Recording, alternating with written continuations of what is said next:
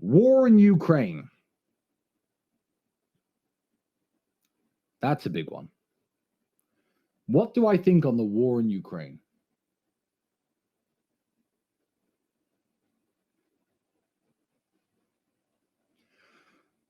I'm not going to talk about Ukraine. I'm going to give you a historical example.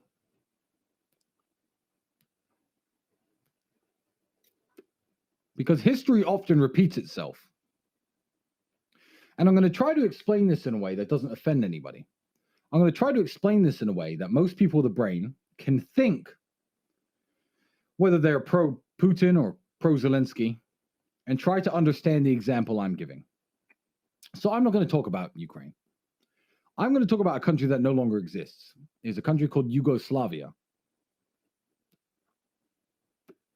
Yugoslavia is a country which now has been broken down into many smaller nations: Serbia, Bosnia and Herzegovina, the former Yugoslav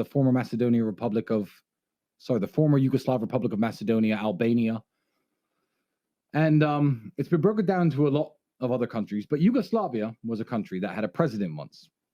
The president's name was Slobodan Milosevic, and my friend, my trainer, my hero, Amir Subasic, fought in this war.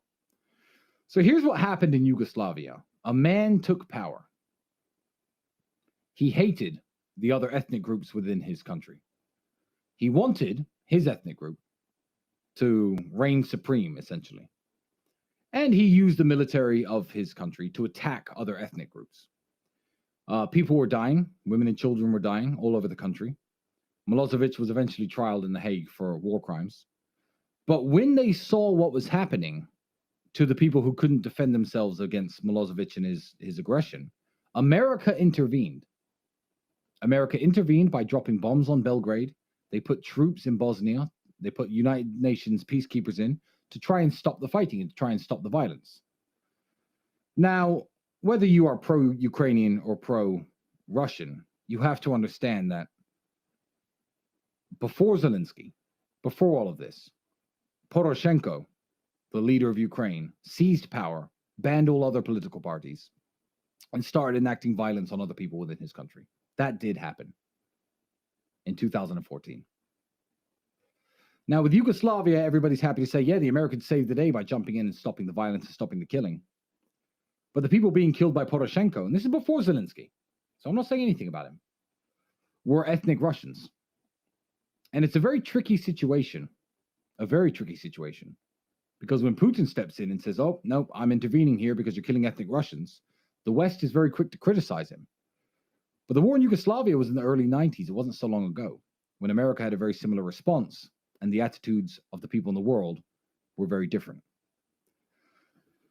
If you want to hate Russian people, I would advise you not to.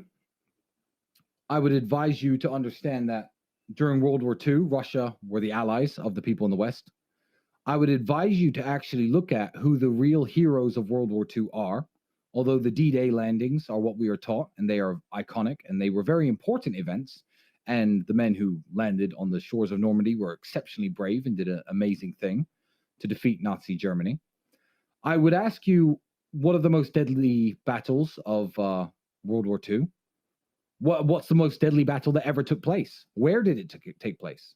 What was the biggest tank battle that ever took place? And between who? The majority of the fighting against Nazi Germany was done on the Eastern Front by brave Russian men.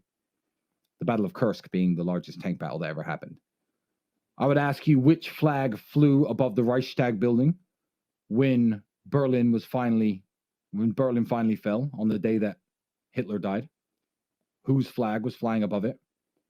Who lost the most men of World War II? Who lost more men than all the other powers in the world put together almost?